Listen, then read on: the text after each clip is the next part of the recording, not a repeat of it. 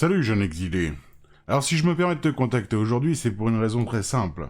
Savais-tu que 95% des joueurs sont dans des maps Delirium avec 5% des builds du jeu? Alors est-ce que tu veux faire plein decks avec que dalle de stuff? Il faut vraiment que tu te poses des bonnes questions. Est-ce que tu préfères galérer à monter un build de Jésus pour faire du Delirium? Ou alors faire du haste et te gaver avec zéro stuff, et peut-être te payer ce genre de chapeau de luxe? Moi je crois que la question elle est vite répondue. Soit tu me suis, soit tu vas commander des arbres de Delirium sur PE Trade. Avec moi, c'est comme ça que ça marche. Bonjour YouTube. Bonjour YouTube. J'espère que tu vas bien. On se retrouve aujourd'hui pour une vidéo sur Heist. On va parler un petit peu de ce farm particulièrement juteux et facile à mettre en place. Je sais, tu vas me dire, non mais Heist... Oui, d'accord. Attendez, laissez-moi vous expliquer pourquoi vous devriez faire vos heists, pourquoi c'est particulièrement juteux et pourquoi même vous devriez envisager sérieusement de le farmer. Tout d'abord, au niveau juteux du contenu, j'ai fait en stream des expériences, des mesures scientifiques à la pointe de la technologie. On a run 45 heists et 11 blueprints. Sur les heists, donc les contrats de base normaux, ceux-ci là, en level 83, nous avons fait environ 220 chaos de l'heure. 220 chaos de l'heure, en sachant que j'ai pris en compte qu'on achetait les contrats au prix fort, qu'on a pricé les loots sans faire de bundle, hein, comme je vous ai expliqué dans les vidéos, pour bien vendre son loot. Par exemple, les catalystes, si j'en ai 40, je les vends pas au même prix que si j'en ai 2 à vendre. Tout simplement parce que le mec qui va whisper pour acheter des catalystes, il a pas envie d'en acheter 2, il a envie d'en acheter 20 pour bourrer son item. Donc j'ai quand même pris les prix à l'unité. On est à plus de 3 semaines de ligue, donc il y a un certain nombre d'items qui ont beaucoup moins de valeur, notamment les fragments d'Aziri, les maps, etc. Mais tout ça, j'ai pris les prix d'aujourd'hui. Donc même avec les prix d'aujourd'hui, même en achetant cher les contrats, et avec un stuff qui coûte vraiment pas grand chose, avec assez peu de préparation, hein, j'aurais pu encore tirer le jeu dessus, sans courir non plus, on l'a fait tranquillement en stream, j'étais en train de discuter avec le chat, etc., buvais un petit café, voilà, on n'était pas non plus en mode idle dans le hideout, mais voilà, en y allant tranquillement, je fais 220 KO. Sur les blueprints, on passe à plus de 400 KO de l'heure, et ça... Donc toujours dans les mêmes conditions, en prenant le cas le plus défavorable, et sans compter les loots de fin de heist qui peuvent avoir une partie de RNG. Là, en l'occurrence, on a eu plutôt une bonne RNG, mais avec ces loots-là, on monte à plus de 800 chaos de l'heure. Donc à l'heure actuelle, l'exalt est à peu près 100 chaos, donc on fait entre 2 et 8 ex de l'heure, en fonction du contenu et de la RNG. Mais si vous le faites en début de ligue, l'exalt étant à 40 ou 60 chaos, vous comprenez bien que vous pouvez, et vu que vous n'avez pas besoin d'investir sur le stuff, vous pouvez transformer tous ces chaos en exalt et encore démultiplier l'income. Donc, j'ai quand même... Je suis loin d'être celui qui connaît le plus le jeu, hein, voilà, loin s'en faut. Je m'estime être un débutant un petit peu éclairé. Mais en 4000 heures de jeu, j'ai jamais vu un farm aussi facile à mettre en place et avec si peu d'investissement aussi rentable. Il y a des choses plus rentables à faire dans le jeu encore, mais elles nécessitent des builds où par exemple passer sur du craft, ça nécessite une connaissance du jeu importante. Là, et puis il y a une prise de risque. Là, honnêtement, c'est vraiment un billard, quoi. Donc si vous avez des ice, des blueprints dans vos coffres, faites-les. Je peux que vous le recommander de le faire, à condition que vous ayez un build suffisamment tanky pour le passer.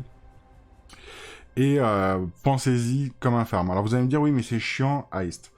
Je suis pas loin de partager votre point de vue, j'ai quand même révisé mon jugement sur la question. Il reste des problèmes inhérents hein, quand vous allez au Rogue Harbour, quand vous claquez votre petit marqueur pour aller au Rogue Harbour. C'est un hideout qui est partagé avec les autres joueurs, donc au niveau des performances, c'est pas trop ça. Il faut naviguer un peu entre les PNJ, et à l'intérieur des heists, vous allez principalement ouvrir des portes et ouvrir des coffres.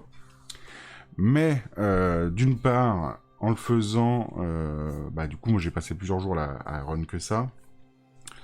D'une part, en le faisant avec un build qui est dédié pour, c'est un peu comme le labyrinthe et comme le farm de tankiness en delve. c'est particulier, faut aimer, mais avec le build adapté, c'est pas si désagréable que ça à faire. Honnêtement, moi j'ai pas passé un mauvais moment. Sur les blueprints, c'est un peu plus compliqué parce qu'il faut checker le stuff à la fin. Mais sur les ice normaux, par exemple, je les enchaînais, on mettait 3 minutes 30. En moyenne, on avait mis 3 minutes 30 pour run les ice normaux. Donc on rentre, on ouvre ses coffres, on court, il y a les mobs qui nous tabassent, mais nous on s'en fout. Il y a un petit peu de positionnement stratégique pour faire du crowd control sur les ennemis pour pas qu'ils tapent nos sbires. Et après on ressort du heist et on enchaîne comme ça, et c'est honnêtement par rapport à faire une map, bah, c'est pas plus... Enfin moi j'ai pas trouvé ça plus désagréable que ça. J'ai passé plutôt un bon moment. Donc ça c'est les goûts et les couleurs. Mais voilà, heist c'est vraiment extrêmement rentable, donc on va aller maintenant voir dans le détail comment ça se passe, comment on fait pour que ce soit rentable, et comprendre un petit peu comment la ligue fonctionne, parce qu'il y a quelques mécaniques un petit peu tricky à comprendre, mais si vous avez la patience de regarder cette vidéo, normalement à la fin, vous aurez tous les outils pour fermer ça à peu près correctement, et vous générer une économie de bâtir, comme on dit. Bien, donc dans AEST, on a deux types de contenus qu'on peut run, donc les contrats et les blueprints. Donc on va commencer par les contrats. Pour run un contrat, vous avez déjà un prérequis à atteindre. Vous voyez, il y a client Marcin Clavus, on s'en fout. La target énigmatique assembly, on s'en fout. Le level de la zone, donc plus vous allez prendre des haut level, 83 c'est le maximum, plus les récompenses sont intéressantes. Et requires démolition level 1. Donc ça veut dire que pour pouvoir faire ce contrat, quand je vais demander à Adia de me lancer la mission, elle va me demander de sélectionner un sbire parmi ceux qui travaillent pour moi, et il faudra qu'ils aient au moins un en démolition. Donc là, un en démolition, ça va, mais plus ça va, plus on va vous demander des niveaux élevés. Donc il va falloir pexer ces personnages-là. Donc comment les pex? Vous pouvez voir la liste si vous appuyez sur V, ou la touche que vous avez affectée au contenu de ligue. Vous allez avoir votre liste de sbires. Au début, vous n'aurez pas tous ces sbires-là. Il suffit de faire des missions avec les sbires que vous avez déjà pour débloquer les nouveaux. Et ensuite, pour les faire level up, eh bien, tout simplement, on voit que Karst, par exemple, il peut faire du lockpicking, perception et agilité. Il va commencer level 1 dans chacune de ces catégories. Donc, il va suffire de faire des heists, par exemple, 1 en lockpicking, pour le monter au niveau 2. Ensuite, vous pourrez faire des lockpicking niveau 1 ou 2 pour le monter au niveau 3, etc. Petite précision, il y a des niveaux max. Donc par exemple, Karst ne pourra jamais dépasser le level 2 en agilité. Vous voyez que la jaune est pleine, mais il ne level plus. Ça, vous allez retrouver dans le cheat set, par exemple sur le trade compagnon, la vidéo précédente que je vous ai mis sur la chaîne YouTube, n'hésitez pas à la consulter. Vous voyez ici pour chaque master, enfin chaque sbire, le niveau maximum qu'il pourra atteindre. Donc par exemple, on voit que Gianna, elle peut aller au maximum à 5 en déception, 2 en perception et 3 en thaumaturgie. D'accord ? Autre limite, par exemple sur votre carte, vous allez peut-être arriver à un moment donné où votre carte est level 3 et la jauge est pleine, et ça ne bouge pas. Ça, simplement pour le débloquer, il faudra aller en map, ouvrir des smuggler cache, donc là où il y a les contrats, et les blueprints, et dedans vous aurez des contrats un peu spéciaux, ils apparaîtront en vert normalement, et vous pourrez pas les sortir de votre inventaire. Donc c'est des contrats du mode histoire qui vont être nécessaires pour débloquer les spécialités de chacun de vos masters, donc les compétences qui sont au-delà de 3. Donc le lockpicking pour Karst, pardon. Pour Niles, ça va être la counter thaumaturgie. Pour Huck, je sais même pas. Je crois qu'il a... Oui, non, il a pas de spécialité. De toute façon, Huck, il est un peu pourri. Tibbs, c'est la brute force. Nénette, ça va être la perception. Vindieri, ça va être la démolition. Tulina, l'agility. Gianna, on va être sur la déception. Et Isla, sur l'engineering et le trap disarmament. Voilà, ils vont avoir des spécialités et vous aurez besoin de run ces contrats verts. Donc ça va être le petit temps de préparation nécessaire, puisqu'il va falloir que vous levez le pied vos masters pour pouvoir faire tous les types de contrats et tous les types de blueprints possibles, parce qu'ils vont tous avoir des prérequis, en sachant que sur un contrat, vous avez un prérequis. Sur un blueprint, vous commencez en ayant déjà plusieurs. Vous voyez que là, par exemple, on a brute force level 1, démolition level 2, déception level 1, mais en plus, on va révéler de nouvelles ailes qui vont encore augmenter le niveau d'exigence. Donc, très rapidement, si vous ne développez pas vos masters, vous allez très vite vous retrouver avec quasiment tous les blueprints que vous pouvez pas run, et également pour les contrats. Donc il va falloir les level up, faire des heists avec eux. Donc ça va être le petit temps de préparation, parce qu'il va falloir faire ces heists là de level up. Il va falloir aller en map pour aller récupérer les contrats verts. Donc il y a un petit temps de setup, un petit peu comme pour le labyrinthe où il faut préparer votre trial pour pouvoir run l'Uber labyrinthe, ou pour le farm de Darkness que je vous ai présenté en Delve, low level, où il faudra faire un petit peu des missions de Nico pour pouvoir descendre en profondeur dans la Delve. Je précise au passage, je vous avais présenté donc dans une vidéo précédente le farm de Darkness de low level de Delve. À l'heure actuelle, vu la quantité de fossiles qui sont lootés dans Heist et dans Delirium, ce farm-là n'est plus du tout rentable. Hein. Je sais qu'il y a pas mal de gens qui viennent me poser la question en stream. Je vous le recommande pas, vous allez pas gagner grand-chose. Le farm de labyrinthe reste à peu près au niveau de ce que j'avais présenté dans la vidéo, sauf que pour à peu près le même build, vous pouvez faire du Heist qui vous rapporte beaucoup plus, donc vraiment celui-là, il est à privilégier. Si vous avez un choix à faire en termes de rentabilité. Fin de la parenthèse. Donc, il nous faut donc avoir un perso qui a le niveau pour pouvoir run mon contrat que j'ai ici. Donc, le contrat du bunker. On va donc pouvoir le lancer auprès d'Adia. Hein. Il faut simplement aller en prépare haste. On le met dedans. Et là, on va sélectionner le membre de la team. Donc, là, il va y avoir un choix à faire. Vous voyez qu'ils ont des coûts de recrutement. Bon, ça, c'est pas très très important. Je vais juste vous attirer l'attention sur le fait que lui vous coûte des sous. Le fait de lancer la map, c'est ce qu'on appelle le ring cut, vous coûte des sous. Donc vous voyez qu'on a des taxes de voyage, des taxes d'embauche, donc pour Vindiri, et le ring cut, donc c'est le fait que lui vous ouvre la map. Et ça va vous coûter des marqueurs. Hein. Donc vous lootez en map, vous pouvez acheter aux autres joueurs. Et si on regarde bien, une fois qu'on a sélectionné le gars qu'on veut emmener, on voit aussi qu'il y a un objet, l'énigmatique Assembly A4, qui a une valeur de 1107 marqueurs. Donc on investit 400 marqueurs et on en récupère 1107 si on mène la mission à bien. Donc ça va être un outil pour générer des marqueurs qui vont être utiles pour les blueprints. Vous n'êtes pas obligé d'aller faire l'objectif, vous pouvez juste prendre ce qu'il y a dans les coffres. On verra pourquoi par la suite. Mais auquel cas, sachez-le, ça va vous coûter des marqueurs. Donc les marqueurs, il va falloir soit les looter en map, soit les acheter aux autres joueurs. Ça va vous coûter quelques chaos. Voilà. Donc une fois que vous avez sélectionné, une fois que vous voyez la valeur en marqueur que ça va vous rapporter, vous avez un choix parmi plusieurs masters. Il faut qu'ils aient... on va vous proposer tous ceux qui sont capables de faire le travail et le niveau de travail qui vous est demandé. Et là, vous allez devoir choisir. Et donc, parmi tous les masters, tous ne sont pas égaux, loin s'en faut. Moi, j'ai fait une petite tier list personnelle des masters. Le numéro 1, c'est Karst. Pourquoi ? Parce qu'il a un implicite qui dit qu'il y a 40% de less raising of alert level from opening a reward chest. Quand on va ouvrir un heist, on va y aller, hop. Donc le petit portail s'ouvre. On rentre dedans. Notre objectif, c'est de prendre un maximum de coffres. Hein. C'est comme ça qu'on génère l'économie de Heist. Donc on va vouloir essayer d'ouvrir le plus de coffres possible pour avoir le plus de loot possible. Donc on va dans la petite zone ici, se TP dans le Heist. Voilà, donc c'est la zone du cambriolage. J'en précise au passage, dans vos options, je vous recommande chaudement d'aller dans UI. C'est ça, non, Input, attendez. UI. Non, c'est UI. Dans le map zoom, de le dézoomer au maximum pour avoir une vision aussi large que possible de la map, c'est beaucoup plus confortable. Donc on voit qu'on a les petits coffres, les gros coffres qui sont regroupés par thématique. Et donc l'idée c'est d'ouvrir un maximum de ces coffres-là, sachant que chaque fois qu'on ouvre un coffre, on fait monter la jauge d'alerte level. Quand la jauge d'alerte level atteint le maximum, il y a un petit compte à rebours qui se lance. À l'issue de ce compte à rebours, on rentre dans ce qu'on appelle le lockdown. À partir du moment où il y a le lockdown, tous les coffres deviennent verrouillés et ne sont plus accessibles. On verra qu'il y a quelques petits moyens de contourner, mais voilà, ils vont tous être inaccessibles.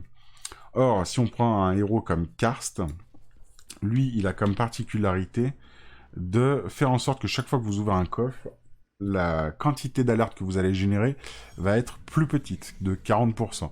Donc vous allez avoir plus de coffres que vous pourrez ouvrir avant de déclencher le lockdown. Donc c'est vraiment le MVP, Karst, c'est le bro. Il vous donne le maximum de coffres. Ensuite, il y a Nénette qui, pour les mêmes raisons, mais d'une façon un peu plus faible, va vous donner du less rising of alert level. Elle va aussi vous donner la capacité de scouter les patrouilles ennemies, donc faire apparaître sur la minimap les patrouilles ennemies. Donc ça peut vous donner un petit peu d'informations, mais globalement vous allez vous en foutre. Mais elle donne quand même du Less Rising Alert Level. Donc si on vous propose pas Karst, vous allez prendre Nénette. Ensuite, il y a Tulina, qui elle aussi a du Less Rising of Alert Level, 14%, un petit peu moins, donc c'est pour ça qu'elle est en dessous. Et elle permet d'avoir des chances de trouver des cibles supplémentaires, donc plus de récompenses de fin pour générer des marqueurs. Vous allez également avoir, enfin ensuite, Tibbs. Tibbs, lui, donc il vous donne pas de bonus au Rising Alert Level, pardon.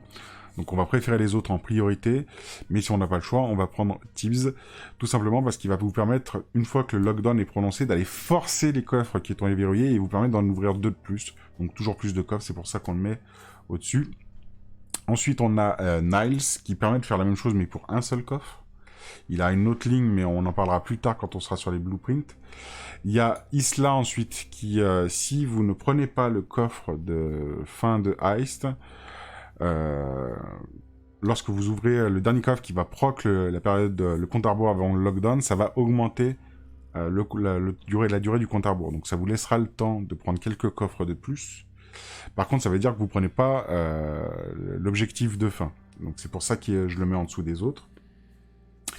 Ensuite, on a Gianna qui, elle, va nous donner un Discover. On en parlera quand on sera au moment des blueprints. C'est un peu particulier. Ça va dépendre de si vous voulez run des grands heists ou si vous voulez vous contenter de faire des heists normaux. Si vous voulez faire des heists normaux, Gianna n'a aucun intérêt. Il y a Vindiri. Alors Vindiri, il est un petit peu particulier. Lui, non seulement il ne réduit pas l'alert level quand vous ouvrez un coffre, mais même il l'augmente. Donc vous allez pouvoir ouvrir main de coffre, mais il vous donne des chances de dupliquer le contenu du coffre. Donc comme ça on se dit, ah putain ça peut être cool, je peux avoir double récompense, sauf que ce qui coûte en plus par rapport à ce qu'il donne en duplicate, le compte n'y est pas. À l'usage, je me rends bien compte que globalement quand je prends Vindiri, je sors avec moins de loot qu'avec n'importe quel autre master. Toutefois, Vindiri peut avoir son intérêt si dans les grands heists, où vous allez ouvrir beaucoup plus de coffres, et surtout, vous allez avoir beaucoup plus de masters. Vous allez run avec 3 masters pour chaque aile. Et donc, si vous avez déjà Karst, on verra s'il est bien stuffé en plus, et Nénette, qui vous donne plein de réductions d'alert level, vous arrivez à un moment où vous pouvez ouvrir tous les coffres sans proc le lockdown. Donc, à ce moment-là, Vindiri devient intéressant, parce que le mort Rising Alert Level, finalement, il vous dérange beaucoup moins, et ça vous donne des chances de dupliquer. Donc, si vous avez Vindiri, on va le prendre enfin moi en tout cas c'est ce que je fais, que sur les gros heists, les grands heists, où j'ai déjà d'autres masters qui me nerfent beaucoup le Rising Alert Level, et là, à ce moment-là, je vais le prendre lui.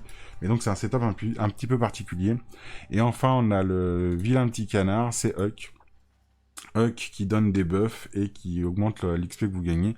Alors si vous servez de Heist pour PEX, vous pouvez le prendre. Dans tous les autres cas, il n'apporte aucun bonus, il est inintéressant au possible. Je l'ai même pas stuffé parce que je le prends jamais. Voilà, je prends toujours n'importe quel autre que lui.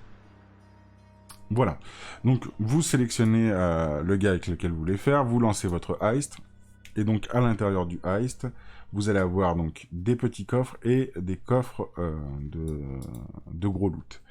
Donc globalement, si on les regarde sur la minimap, on voit qu'ici et ici j'ai des petits coffres. Alors, ils lèvent un peu moins l'alerte, mais c'est des coffres avec du contenu aléatoire. Dedans, vous pouvez avoir des armures toutes rincées, enfin des choses comme ça. Vous pouvez avoir des currency. Et ceux-là, eux, on sait que là, par exemple, c'est l'icône de métamorphe. Je sais que je vais toujours avoir des items de métamorphe dedans, et ils vont avoir un peu plus de quantité dedans. Donc, quand on va se lancer dans le heist, on va essayer de repérer justement ces gros coffres-là, et se poser la question lesquels je veux faire. Bah, par exemple, j'ai envie de faire métamorphe, j'ai envie de faire Delirium, et là, c'est un coffre random. Donc on va aller focus, c'est les gros coffres qui nous intéressent, et on complétera éventuellement, s'il nous reste du Rising Alert Level, avec les petits coffres. D'accord? Donc vous n'avez pas besoin de tuer les mobs, vous pouvez le faire, hein, mais vous n'avez pas besoin de tuer les mobs pour valider vos heists. Si vous êtes capable de les tranquille, tout va bien.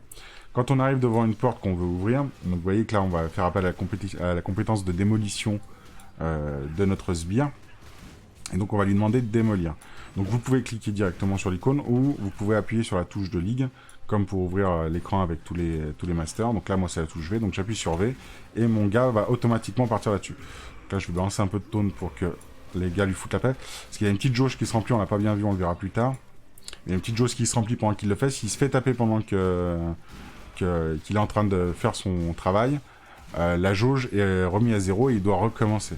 Donc ça peut durer comme ça très longtemps, tant que les mecs lui tapent et que lui il essaie d'ouvrir la porte. Donc soit vous tuez tous les mobs, soit vous trouvez un moyen comme ici, avec le taunt qui lui fout la paix, pour qu'il puisse faire son action.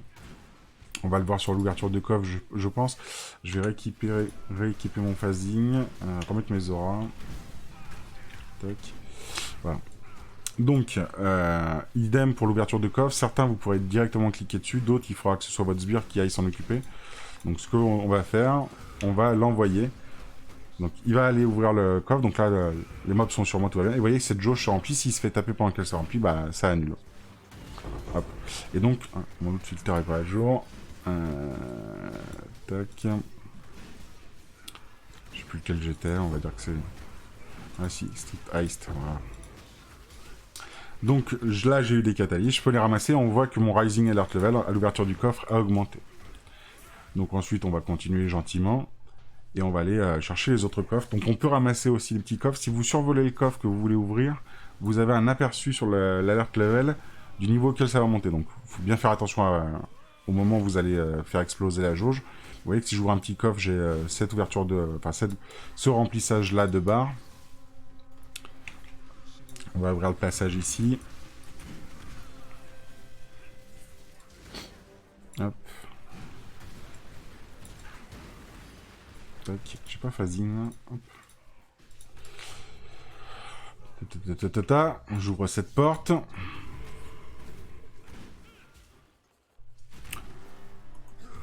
Je ressaisse les mobs pour pas qu'il l'embête pendant qu'il fait son affaire. Hop, je rentre. Et donc là, par contre, si j'ouvre ce gros coffre, vous voyez que le niveau de remplissage de la jauge d'alerte est beaucoup plus important, mais en même temps, là, on sait ce qu'on va avoir, et on va en avoir en plus grosse quantité. Donc, c'est pour ça que ça coûte plus cher, globalement. Après, si les coffres qu'il y a ne vous intéressent pas, vous pouvez très bien aller ouvrir des petits coffres. Enfin, les petits coffres sont aussi également intéressants. Si j'en ouvre quelques-uns, voilà, il y a un peu des armor scope, bon là c'est pas fou. Mais vous pouvez trouver des currency, vous pouvez trouver les mêmes types de récompenses que vous avez dans les autres coffres, les gros coffres. Là il y avait eu des gemmes par exemple. Donc là moi je les ramasse pas, typiquement sur le farm en début de ligue, parce que je disais qu'il y a plus de valeur que ce que je vous annonçais dans les ex de gains. C'est que avec des gemmes qui ont de la qualité, vous pouvez faire des JCP qui se vendent très bien. Et si vous avez déjà des gemmes avec beaucoup de qualité, si par exemple vous chopez des 16% en plus, c'est des gemmes qui en début de ligue peuvent se vendre aussi, un peu comme le farm de labyrinthe. C'est des choses qui ont de la valeur. Donc on peut ouvrir tous nos coffres, tac tac tac. Donc là nous on prend notre temps, hein, c'est un truc de démo, mais comme je vous dis ça, un run comme ça je le fais en 3 minutes 30. Donc ça va quand même relativement vite. Hop. On va ouvrir le coffre, là je vois que je suis sur le point de la proc, mais je ne proc pas le lockdown. Hop. Ça on en parlera, c'est l'équipement. Il y a quelques chaos orbs. Avec des items uniques, on s'en fout. Et on va à l'objectif de fin. Donc là je pourrais continuer à ouvrir les coffres, et je déclenche le compte à rebours, je continue d'ouvrir des coffres et je me tire. D'accord ? C'est possible si vous voulez run juste pour le loot. Si vous voulez run dans l'idée d'aller faire des blueprints plus tard, il vaut mieux... Et si vous êtes en train de pexer les personnages aussi, si vous faites pas ça, le personnage prend pas d'XP. Hein. Donc il faut bien... si vous êtes en train de pexer, il faut bien aller jusqu'au bout du heist. Et si vous voulez faire des blueprints également, on verra pourquoi c'est important. Et donc là, on a la récompense de fin. Alors ça tombe bien, il y a un safe aussi. Vous avez aussi de temps en temps, pas toujours des safes, qui sont des coffres un petit peu supplémentaires qui vous donnent du loot en plus. Voilà, il y a pas... Voilà, il y a un petit peu de... quelques récompenses dedans en plus. C'est gratuit, donc faut pas hésiter à le prendre. Et vous avez donc la récompense de fin, l'artefact pour lequel on vous a embauché. Vous le ramassez l'hiver, là. Et puis maintenant, il suffit de rentrer. Donc là, vu qu'on est avec Tibbs, vous voyez qu'on a cette icône-là, il peut brute force, donc il peut ouvrir des coffres en plus, donc on va lui demander de le faire. Je vais garder les gens avec moi. Hop, bon, il n'y avait rien dans ce coffre, et on va lui faire ouvrir un deuxième avant de quitter. Donc le but, hein, vraiment, c'est à chaque ice d'essayer d'ouvrir un maximum de coffres tout en allant relativement vite. Donc là, moi, je prends le temps de vous montrer, bien sûr. Quand vous êtes en train de run, vous essayez d'aller un peu plus vite que ça. sans forcément tryhard, hein. Vraiment, j'ai pas tryhard quand j'ai fait les mesures, mais voilà, j'ai pas traîné non plus, juste, je faisais mes ice normalement, quoi. Sans essayer d'être le plus rapide de la Terre, mais sans lambiner non plus. Plus vous êtes efficace, plus vous générez de currency à l'heure, bien entendu. Plus vous rentabilisez votre temps. C'est pour ça que ce genre de build qui tue pas forcément les mobs peut être intéressant. Parce qu'au final, vous perdez pas de temps à tuer les mobs, vous envoyez juste votre gars faire la business. Alors après, le danger, c'est qu'ils viennent l'embêter. Donc faut les cesser un petit peu pour pouvoir les laisser bosser tranquillement. Hop. Hop, je peux mettre le Frostwall en couverture. Je taunt les mobs. Hop. Et puis on va sortir gentiment. Et arriver à la fin du heist. Hop.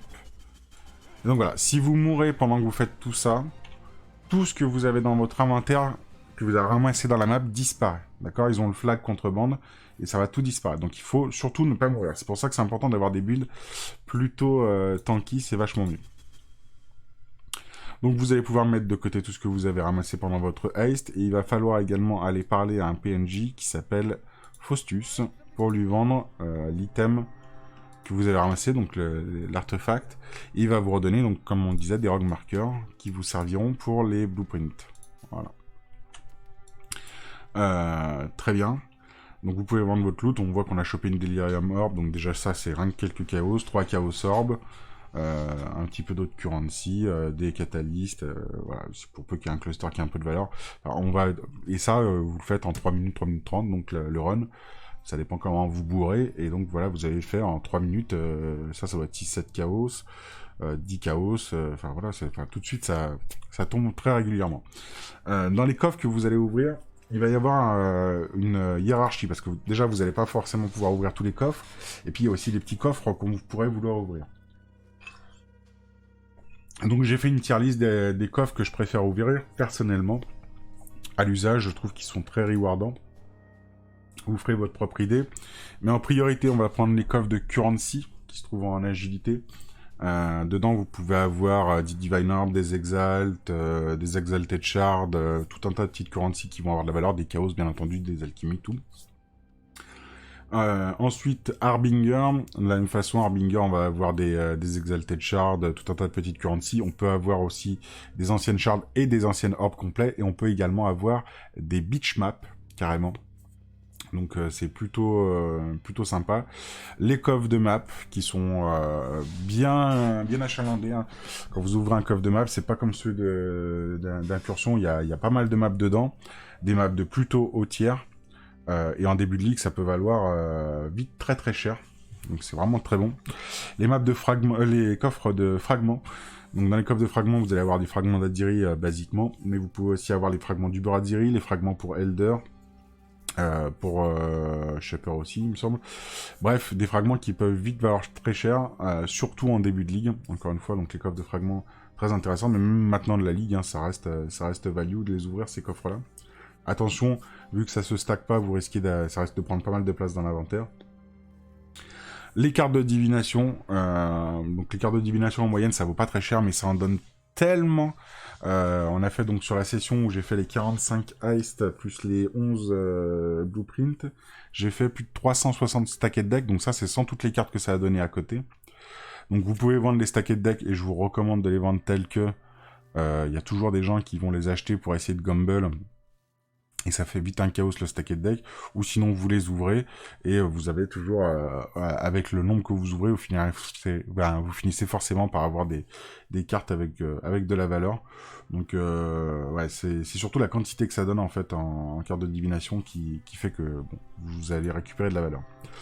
En tier 2, et celui-là il est presque tier 1 d'ailleurs, c'est Delirium, tout simplement parce que dans les Delirium, vous allez avoir donc les splinters de Delirium, les orbes de Delirium qui se vendent très cher très vite, et des cluster Jewel. Pareil, en cluster Jewel, une bonne base en début de ligue, ça peut vite valoir très cher. Donc c'est plutôt très bien. On peut même le mettre dans tier 1 Delirium, je pense. Dans les autres tiers 2, donc il y a les fossiles. Les fossiles valent plus très cher parce qu'on en loot beaucoup de partout. Mais vous en lootez beaucoup, justement, dans Heist. Donc avec la quantité en plus, vous pouvez ressortir pas mal de valeurs. Et contrairement à Delirium, dans Heist, vous pouvez choper des résonateurs. Donc les résonateurs qui ont encore un petit peu de valeur en vente, vous pouvez en tirer pas mal de sous avec Heist. Les métamorphes, tout simplement pour les catalystes. Les catalystes, encore une fois, si vous les massifiez, bah, vous pouvez en tirer une belle valeur. Légion, vous avez donc les splinters, les incubateurs, bon, c'est rigolo. Mais les splinters, principalement, qui vont être intéressants. Sur Brèche, vous allez trouver les splinters, vous allez trouver des bridgestones complètes, voire des bridgestones purs, chargés, etc. Y compris de la Chayula, donc ça peut valoir un petit peu de sous. En tier 3, donc là, on commence à être sur ceux que je prends, bah... Si vraiment j'ai ouvert tous les autres coffres qui m'intéressent, je vais aller ouvrir ceux-là, mais c'est tout. Il y a les coffres de prophétie, où de temps en temps vous pouvez avoir une belle surprise, mais les 3/4 du temps c'est quand même très scrub. Les skill gems, alors les skill gems c'est un peu particulier, je les ouvre plus maintenant, mais en début de ligue ça peut être vachement intéressant, parce que comme je l'ai dit, des gemmes avec de la qualité, du level, en début de ligue ça peut se vendre, et les JCP, donc quand vous avez avec la recette en vendant des gemmes avec de la qualité, se vendent assez cher en début de ligue. Les essences dans l'absolu c'est pas mal, le problème c'est qu'il y a beaucoup de types et beaucoup de levels différents, et donc avant que vous ayez une masse critique pour pouvoir vendre à un bon prix, ça va prendre des siècles, donc les essences, voilà, tier 3. La jewelry, donc tout ce qui va être coffre d'anneaux, d'accessoires, donc là ça va dépendre, si vous faites plus la Chaos Recipe, je les ouvre pas, ils passent en tier 4. Si vous faites la Chaos Recipe, il commence à devenir intéressant parce que vous avez toujours 2-3 anneaux dans le coffre. Et si vous avez suivi ma vidéo sur la Chaos Recipe et l'outil qui va bien avec, c'est ce dont vous avez besoin, vous les faites en un ID, et du coup chaque anneau vaut 1 Chaos, donc c'est l'assurance de trouver 2-3 Chaos dans chaque coffre quasiment. Enfin, un tier 4, c'est les coffres que j'ouvre jamais, ou si vraiment j'ai ouvert absolument, même les petits coffres, j'ai vraiment ouvert tous les autres coffres du Heist. C'est les coffres d'armure, les coffres d'armes, les coffres de talismans, et les coffres d'unique, parce que armure et armes, on s'en fout, je vais pas m'amuser à les identifier, ça prend trop de temps, et il y a très vite rien de valeur dedans. Dans les talismans, c'est pareil, pour trouver un talisman, puis ils sont corrompus, on peut pas les crafter, donc pour trouver un talisman qui a de la valeur, c'est une chance sur 1000. Alors vous allez me dire, ouais, mais moi une fois j'ai trouvé un truc qui valait 5 eggs, oui d'accord, mais enfin, combien il faut en faire pour trouver quelque chose qui a de la valeur? Moi je perds pas de temps avec ça. Et idem pour les uniques, vous pouvez trouver des très beaux uniques, vous pouvez trouver des trucs qui ont de la valeur. Le problème c'est qu'il faut en ouvrir des pleines palanquées avant de trouver un item qui a de la valeur. Donc c'est pareil, vraiment eux c'est en tier 4. Voilà, donc ça c'est pour les heists simples on va dire. Donc vous sélectionnez un heist que vous pouvez faire avec vos masters, vous en profitez pour leveler vos masters au passage. Vous allez à l'intérieur, vous sélectionnez quel coffre vous voulez ouvrir, quelle priorité vous leur donnez, vous ouvrez vos coffres, vous prenez ou pas la récompense de fin en fonction de ce que vous êtes en train de faire, et vous ressortez. Pour améliorer le gain que vous avez sur Heist, vous avez 2 leviers. Le premier levier qui est à faire autant que faire se peut, c'est l'équipement de vos sbires. Vos sbires peuvent avoir une broche, une cape, un outil et une arme. Ces items ont un implicite, par exemple, vous voyez que la Whisper Woven Clock a en implicite Reduce Raising of Alert Level. Donc ça veut dire que je vais ouvrir plus de coffres. Et dessus, j'ai roll jusqu'à avoir du Reduce Raising of Alert Level from Opening Chest. Donc j'ai encore du Reduce, donc je peux encore ouvrir plus de coffres. Vous voyez que là, il est tier 3. Donc on peut aller jusqu'au tier 1 et avoir plus de choses, et que j'ai pas cherché un préfixe particulier. Mais si vous ouvrez encore une fois le petit complément, vous trouvez pour chaque master le type d'outil, de broche, de cloak ou de weapon à privilégier, le type de préfixe et de suffixe à privilégier, et à partir de quel level vous pouvez hit le meilleur tiers. Donc si on prend, j'en sais rien moi, la broche en préfixe, donc on va chercher éventuellement de l'increase quantity of item dropped in haste, donc ça c'est vous tuer les mobs, ça concerne pas les coffres, et surtout le chance to duplicate contain currency, que vous pouvez avoir en suffixe en level 3, à partir du level 83 en max tier. Donc vous pouvez avoir ce genre de choses. Moi, ici typiquement, j'ai chance to duplicate content Jewel.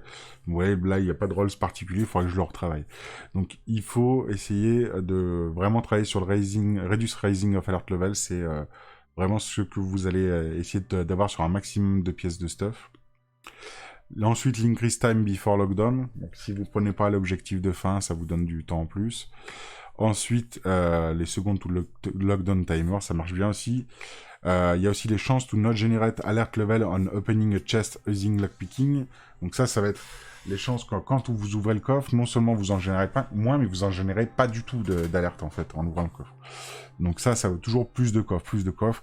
Donc vous allez chercher sur votre stuff des pièces comme ça. Donc vous pouvez en looter, on a looté une cape par exemple, pendant que vous renez vos maps, des pièces de stuff, que vous pouvez mettre telles que si on besoin des affixes, vous pouvez crafter un petit peu.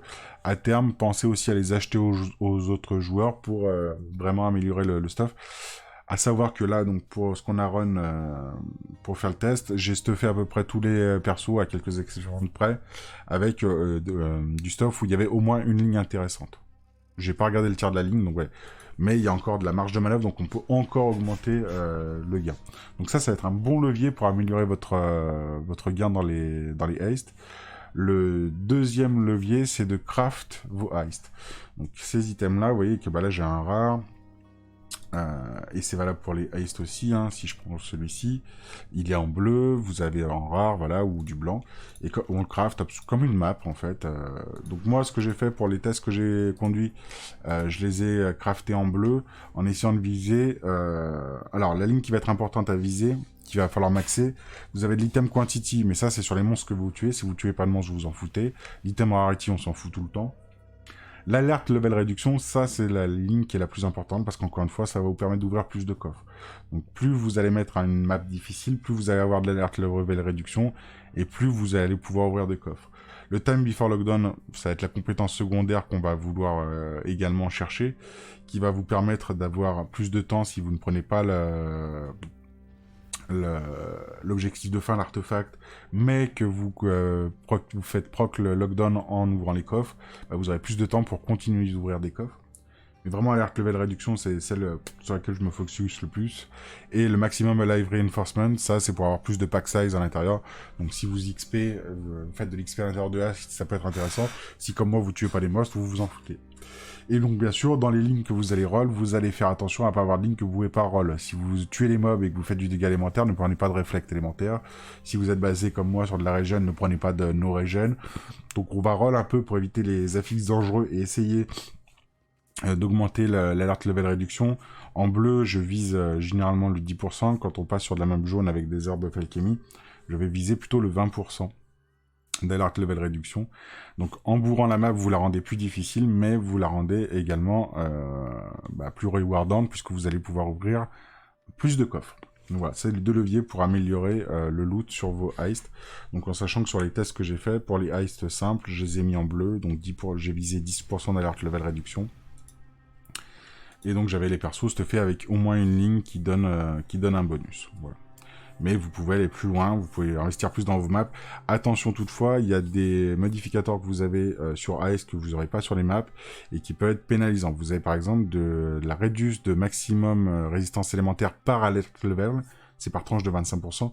Donc vous pouvez vous manger jusqu'à moins 20% de résiste élémentaire, ce qui est assez vénère. Donc ce genre de ligne, je le mettais de côté, je les relais quoi, je partais sur autre chose. Vous avez aussi une ligne qui est assez terrible, qui fait que vous avez le niveau d'alerte qui monte toutes les 10 secondes. Donc ça, celle-là, c'est pareil, je la mets de côté. Donc c'est pour ça que sur les heists normaux, je suis resté à du bleu, parce que généralement, ça me suffisait pour ouvrir tous les coffres que je voulais. Et ça m'évitait d'avoir à devoir reroll trop pour aller chercher des lignes un peu compliquées. Après, c'est à l'usage, vous verrez, plus vous investirez dans la map, plus vous pourrez ouvrir de coffres. Et puis il faut aussi que vous soyez en mesure d'arriver à run le heist sans mourir, parce que si vous mourrez, vous perdez tout. Donc il faut pas prendre trop de risques. Bien. Donc là, c'était déjà le gros morceau sur les heists. Et maintenant, on va parler des blueprints. Alors les blueprints, ça marche à peu près comme un heist. mais c'est un plus gros heist, hein, c'est le grand heist, justement, on en parle. Donc vous avez votre grand heist qui est ici, donc vous pouvez le crafter comme un heist normal. Vous voyez qu'il y a un prérequis également, lockpicking, démolition, trap disarmament, et vous voyez aussi que en haut de la ligne des modificateurs, le heist target, là on a unusual gem.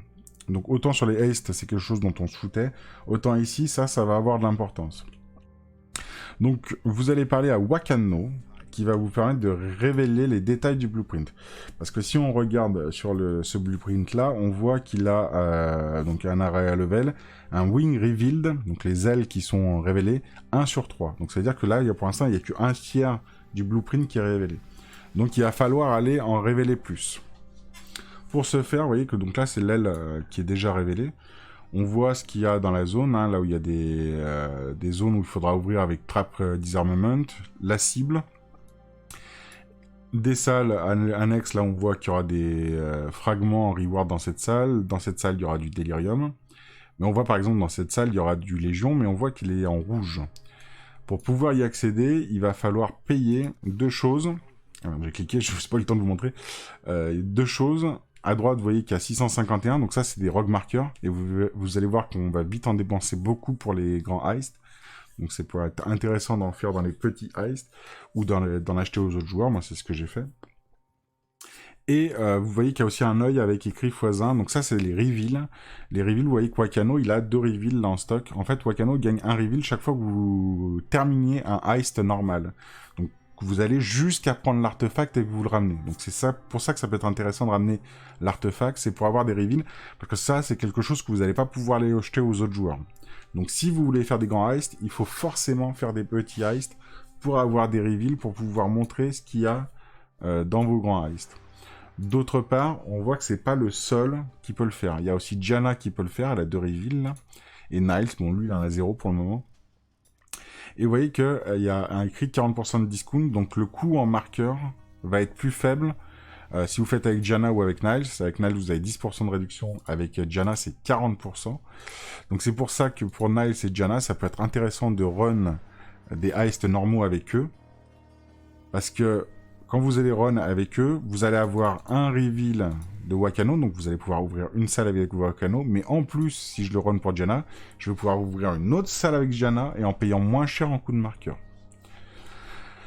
Donc on fait nos petits reveals. On peut aller aussi révéler donc des ailes complètes. Hop. Et à chaque fois qu'on a une aile complète, on retombe sur la même situation et on va aller essayer. Bon bah là j'ai plus de reveal avec elle. On va partir sur Wakano par exemple. Alors comme pour les heists normaux, on va appliquer ma tier list. Donc en priorité les Harbinger et les Currency. Qui sont plutôt bons. Donc là, j'ai plus de reveal pour finir, mais c'est pas grave, c'est juste pour vous montrer. Mais dans l'idée, je serais allé reveal cela, reveal celui-là, j'aurais laissé les prophéties de côté. J'aurais peut-être pris le fragment, il faut aussi voir combien de coffres il y a déjà disponible dedans, parce que vous n'allez pas pouvoir en ouvrir à l'infini, hein. Donc il faut se poser un petit peu la question. Vous avez aussi la possibilité de reveal des points de secours de sortie. Donc si je run comme ça la map, je vais partir d'ici, il faut que j'aille jusqu'à l'objectif, et ensuite que je fasse tout le chemin de retour jusque là. Vous pouvez reveal ce genre d'endroit pour pouvoir partir plus tôt. Moi, c'est quelque chose que je fais jamais. Tout simplement parce que vous allez toujours être en rate de reveal et les marqueurs, vous risquez aussi d'en manquer, vous risquez d'en acheter aux autres joueurs. Donc, acheter aux autres joueurs juste pour avoir un petit raccourci, de mon point de vue, c'est pas foufou. Une fois qu'on a reveal notre blueprint, on peut descendre dans la zone de préparation, la planning room. Il y a la table de planification et vous allez pouvoir pour chaque aile dire quel groupe de 3 masters va vous accompagner. Ceux qu'on va vous proposer vont dépendre des pièges et des portes à ouvrir que vous aurez dans la zone. Donc là, on applique encore une fois la tier list. Donc qu'il est nul. Lui, on a dit qu'il fallait qu'il y ait beaucoup de gens qui diminuent l'alert level. Donc je prends pas, donc je vais prendre Tibbs. Ici, on prend Kars parce que c'est celui qui me donne le plus de réduction. Et ici, on prend Tulina qui donne aussi de la réduction. Donc dans la mesure où j'ai Kars et Tulina, je pourrais envisager de prendre Vinderi. Là, je vais prendre Tibbs parce que vraiment de Vinderi, j'ai du mal avec. Ici, idem, on va prendre Karst, c'est notre MVP. Tibbs, c'est le moins mauvais choix. Et à nouveau Karst. Ici, on va prendre Karst, toujours, hein, quand on peut, on prend Karst, Karst, et Tibbs. Et une fois qu'on a sélectionné notre Dream Team, donc on voit qu'on a des frais, donc les frais de voyage, les frais d'embauche, donc en fonction des masters qu'on a choisis, et le ring cut, donc c'est le fait de payer pour ouvrir le portail. On confirme le plan. Et maintenant, on peut aller voir notre ami Adia pour qu'il nous lance le grand heist. Donc de la même façon, on va avoir un portail qui s'ouvre. On va pouvoir y aller, mais contrairement à un heist normal où on a juste une trappe pour aller faire notre heist, là on va avoir une trappe par aile. D'accord ? Du coup, ici bah, j'ai une première aile, là-bas la deuxième aile, là-bas la troisième aile, on le voit sur la minimap. Il faut savoir que chaque aile est indépendante. Donc là, si je proc le lockdown ici, les autres ailes, elles, n'ont pas bougé. Elles ont chacun leur jauge d'alerte propre, d'accord ? Et donc de la même façon qu'un heist normal, je vais regarder les coffres, mais vous voyez qu'on a beaucoup plus de coffres. Donc il va falloir un peu prioriser. Et au bout, on a une récompense. Donc si on va au bout, donc vous voyez aussi qu'on a mis 3 masters par zone parce qu'il y a 3 types différents de coffres et de portes à ouvrir. Donc si vous n'avez pas levelé vos masters quand vous arrivez là, ça va être problématique. De la même façon, si vous n'avez pas stuffé vos masters pour leur donner du Radius alert level, vous allez vous allez avoir du mal à ouvrir beaucoup de coffres et donc à tirer toute la valeur de ces grands heists où il y a beaucoup plus de coffres que dans les heists normaux. Donc j'appuie sur V comme d'habitude pour déclencher l'ouverture de la porte. Je rentre dedans, j'appuie sur V pour demander l'ouverture des coffres, pendant que j'occupe les mobs. Je lance l'ouverture du suivant, je loot. Hop. Tac. Hop, on va aller ici. Là, il y a du métamorphe, j'ai ma tier list en tête, donc je priorise Harbinger. On voit qu'on a fait à peu près 20% de la jauge là avec les 2 coffres. Donc je me dis que je pourrais tout ouvrir, mais je veux pas prendre de risque. On va assurer le coup. Donc je vous en parlais, il y en a où il n'y a pas besoin de faire appel au master, vous avez juste besoin de cliquer dessus. Et voilà, il y a une ancienne orbe qui tombe. Exalted Shard, donc quand je vous dis que c'est rewardant, c'est pas des blagues. Un piscator nul. Hop. On va à l'autre coffre de Harbinger. Dans l'idée, vous essayez de prévoir ce que vous allez ouvrir et avancer au fur et à mesure pour éviter de backtrack. Mais si là, par exemple, je m'aperçois sa page, je peux très bien revenir et aller faire le métamorphe. Tant que vous n'avez pas proc le lockdown aussi, vous pouvez retourner à la sortie et vider vos poches au Harbour Bridge. Ça, c'est important à saisir parce que des fois, par exemple, si vous avez beaucoup de coffres de fragments, vous pouvez avoir l'inventaire plein. Donc, vous savez, sachez-le, vous pouvez aller vider vos poches sans problème. On a une beachhead. Encore une ancienne arme, encore une beachhead. Ouais, vous voyez, c'est, enfin, en termes de reward, on est quand même plutôt bien. Hein. J'ai ouvert 4 coffres, on s'est mis bien. Alors après, vous allez avoir une rangée, si des fois vous aurez aussi des coffres tout pourris. Là, on voit qu'il y a une zone de piège. Donc typiquement, pour passer là, si je me passe là-dedans, je me prends un laser, ça me fait du dégât. Ça dépend de votre farceau, vous n'êtes pas forcément en mesure de le tanker. Donc vous pouvez envoyer votre sbire pour qu'il aille déjouer les pièges et qu'il vous ouvre le passage. Donc des fois c'est les portes, là vous n'avez pas le choix, il faut les ouvrir. Des fois les pièges, vous avez le choix, est-ce que vous tentez de passer à travers les pièges? Ils font quand même pas mal de dommages, hein, donc il faudra un perso vraiment bien tanky pour les encaisser, mais c'est faisable. Et au bout, donc on a une récompense spécifique qui va dépendre du type de blueprint que vous renez. Donc là on est sur le blueprint des Unusual Gems, donc c'est celui qui va vous donner des gemmes avec une qualité alternative. Donc on voit qu'on a Divergent Lightning Tendrils, Anomalous Artillery Ballista, Divergent Desecrate, Anomalous Nightblade Support et Divergent Summon Chaos Golem. Donc on va pouvoir en prendre qu'un seul, ou aucun d'ailleurs si on veut. Donc il va falloir aller sur les sites de trade et puis checker chaque type de gemme pour savoir lesquelles sont les plus rentables. Donc, par exemple, si je veux aller checker Divergent Lightning Tendril, je tape Lightning Tendrils. Hop. Et je vais chercher en qualité, donc gemme quality type Divergente. Hop. Et je regarde combien ça se vend. 2-3 chaos, c'est pas fou. Anomalous Artillery Ballista. Artillery Ballista. Hop. Donc il faut faire un petit peu ce travail. D'aller checker un petit peu tout, donc ça c'est la partie un petit peu, c'est pour ça que les blueprints ils rapportent beaucoup plus, hein. Mais ils sont un peu moins sympas que les ice normaux, c'est parce que les ice normaux vous faites zoom zoom et puis voilà, vous savez.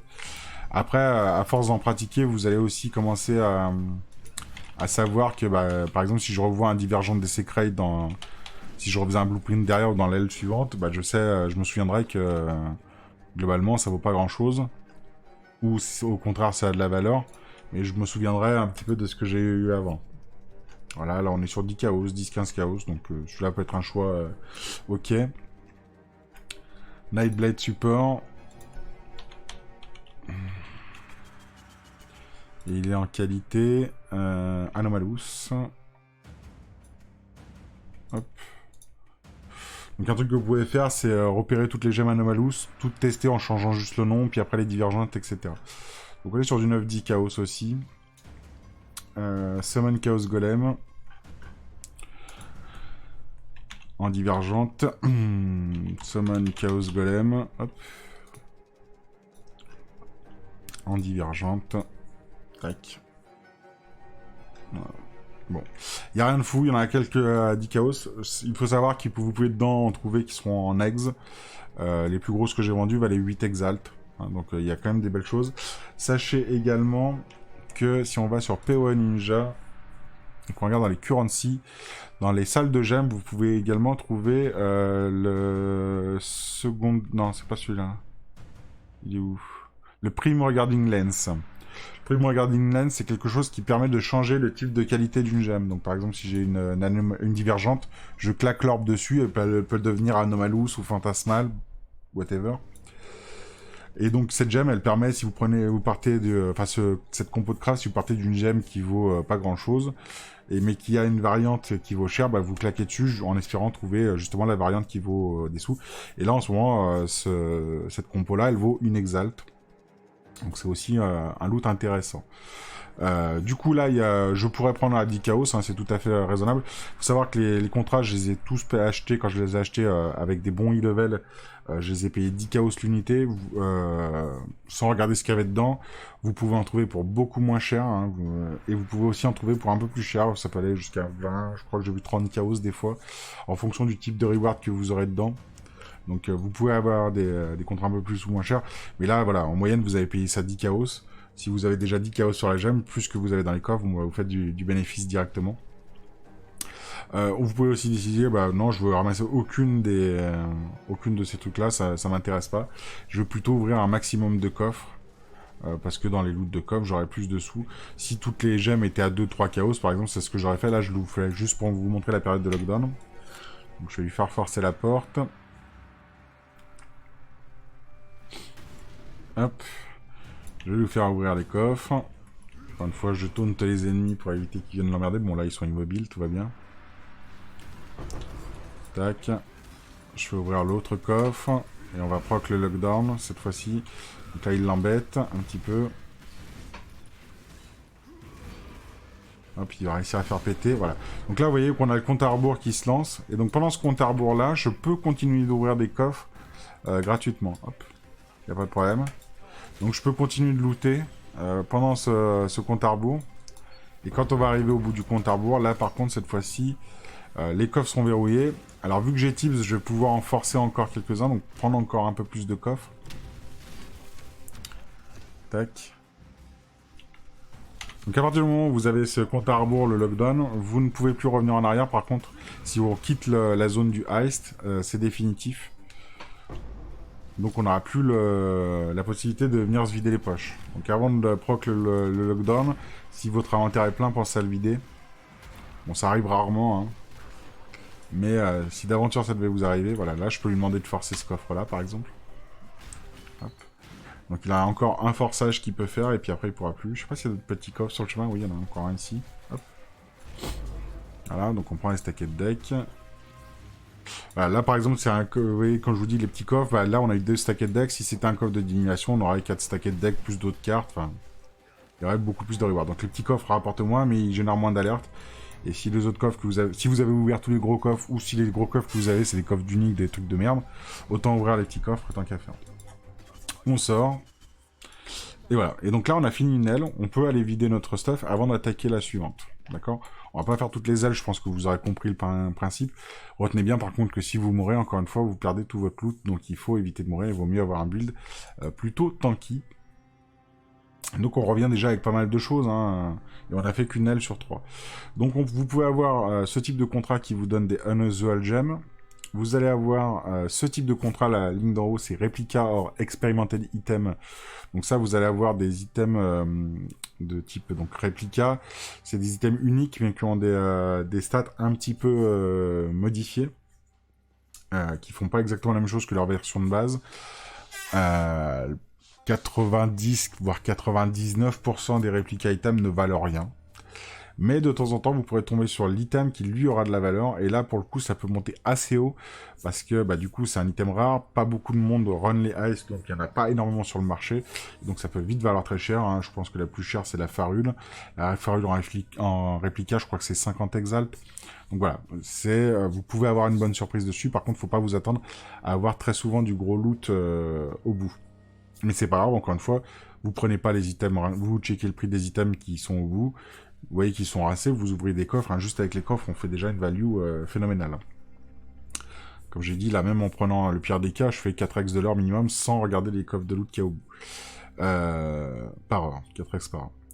Et encore une fois, avec des persos qui sont pas optimisés, sans me presser plus que ça, enfin voilà, on y rentre tranquillement. Ensuite, vous pouvez avoir ce type de contrat où vous avez Thief Trinket or Currency. Donc, dans les Currency, vous avez bien sûr les Chaos Orbs, les alchimies, tout ça. Vous pouvez également avoir des Delirium Orbs. Donc, si vous avez 3 Delirium Orbs, ça vaut tout de suite 18-20 Chaos. Voire beaucoup plus si vous êtes sur des Delirium Orbs qui sont plus recherchés comme celles de Currency ou des cartes de divination. Et vous pouvez aussi avoir des trinkets. Donc les trinkets, c'est ce petit item là qui se met à gauche de votre barre d'outils, de potions. La première fois que vous allez faire un contrat de ce type-là, vous aurez une petite recette de craft qui, une fois que vous l'avez cliqué, va vous débloquer ce slot-là, d'accord? Et dedans, vous allez avoir des modificateurs qui vont vous aider dans les haste. Donc les préfixes vont concerner ce qu'il va y avoir dans les coffres de haste. Et les suffixes, eux, vont concerner ce qui tombe des mobs quand vous tuez les haste. Donc là, j'ai un trinket qui est plutôt très bon pour tuer les mobs qu'on tue, donc je vais le vendre. Mais je voulais le garder pour vous montrer.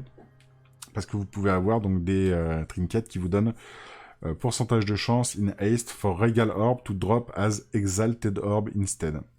Donc globalement, avec ce trinket, il y a 2% des regal orbs qui tombent quand je tue les mobs qui se transforment en exaltés. C'est plutôt fort. Et 5% des Regal Orbs qui tombent en Divine Orb.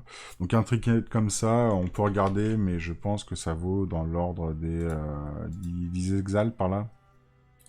Il n'y en a pas en vente, si je regarde en offline. Voilà, 15-20 exalt. Donc ça fait pas mal. Rien que la ligne qui transforme les Regal Orbs en exaltés, déjà c'est 5 exalt.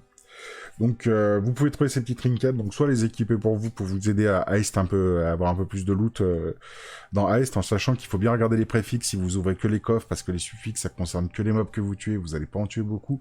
Si vous tuez les mobs, par contre les lignes de suffixes sont très intéressantes. Et vous pouvez le vendre aux autres joueurs. J'en ai déjà vendu un à 5 eggs. Et celui-là, je pense que je vais le vendre à une quinzaine d'eggs. Donc voilà, ça fait quand même un petit bonus intéressant. Encore une fois, si vous avez ni des currency, ni des trinkets qui vous intéressent pas à la fin de l'aile, c'est pas grave du tout. Vous pouvez aller ouvrir tous les coffres. Ouvrir plus de coffres et profiter de la période de lockdown. Et ça vous fait toujours plus de loot. Encore une fois, même sans ces loots qu'on a à la fin, je fais 4x de l'heure sans forcer sur les blueprints. Donc, mais après, quand vous avez ce genre de choses, forcément, ça vous donne un petit coup de boost à l'income. Hein. Enfin, vous pouvez avoir les Enchanted Armament. Donc là, vous allez avoir à la fin de votre heist, votre grand heist, des coffres dans lesquels il y a des items qui vont avoir des implicites particuliers. Le problème de ces items-là, c'est que pour qu'ils soient intéressants, il faut qu'ils soient haut level, au moins 82, et qu'ils soient sur une bonne base. Donc typiquement, une Astral Plate, par exemple, ou une arme qui est bien jouée, genre une Exquisite Blade, ce genre de choses. Si c'est pas la bonne base et le bon level, généralement, ça va pas valoir grand-chose, voire rien du tout. Donc, Comme un peu pour les réplicas, 90-99% du temps, vous n'aurez rien d'intéressant là-bas. Sauf, donc si vous trouvez un item avec le bon level, la bonne base, et il y a également des compos de craft. Donc si on regarde sur PO Ninja, typiquement la Tempering Orb par exemple, qui vaut 4 eggs, même 4-5 eggs, hier j'en ai vendu une à 5 eggs il me semble.